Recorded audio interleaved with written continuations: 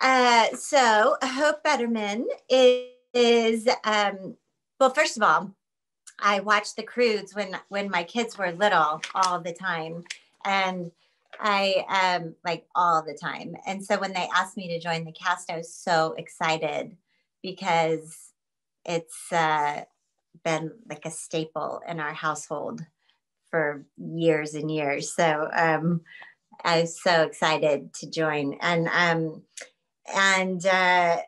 Hope Betterman is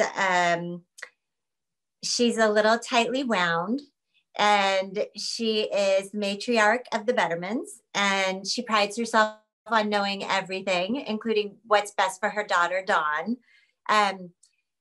Hope's journey into the wild with the Croods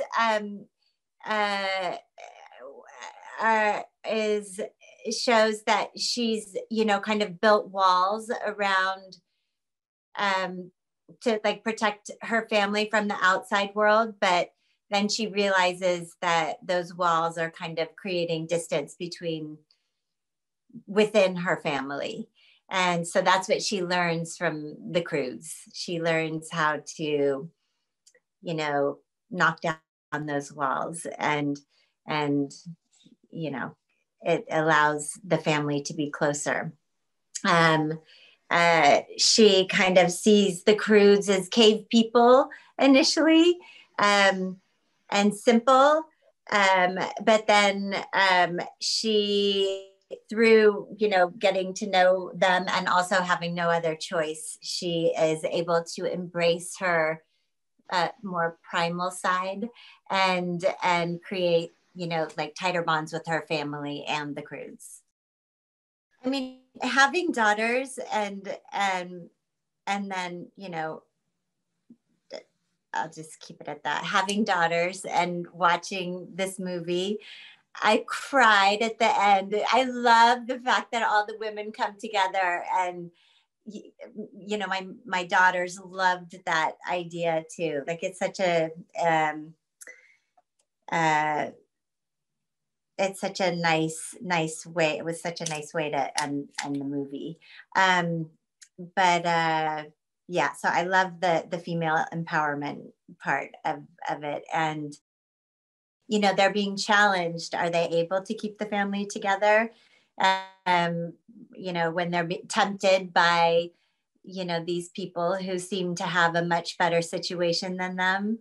And is it actually better on the other side, or, is it the grass is always greener situation? And I think we learn that it's the grass is always greener situation, and that nothing is more important than family, and nothing is more important than loving your family and sticking together. And I think that's what they learn in this movie.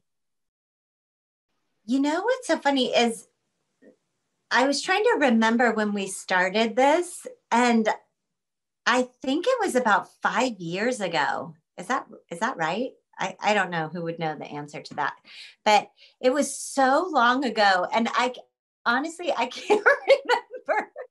I don't know. I mean, it's like you're kind of,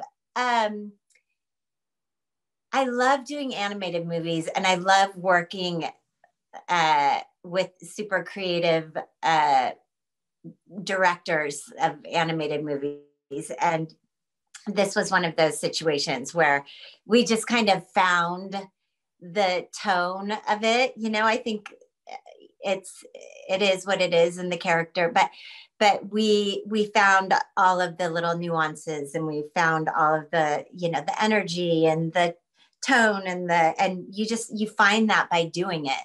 You just keep doing it and doing it and doing it, and trying different things, and by the end you kind of come up with like the coolest version.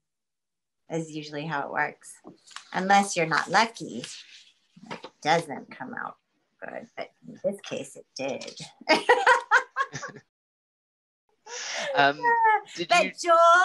Joel Crawford is the coolest guy ever, and he's so much fun, and his energy is like contagious. He's like has the sweetest most creative. He's like a little like a child, which is the most fun person ever to work with. And so we just had a blast. Like I would look forward to going to work and look forward to being with him and just had the best time ever. Like he's great. Yeah, I did. I did improvise a little bit.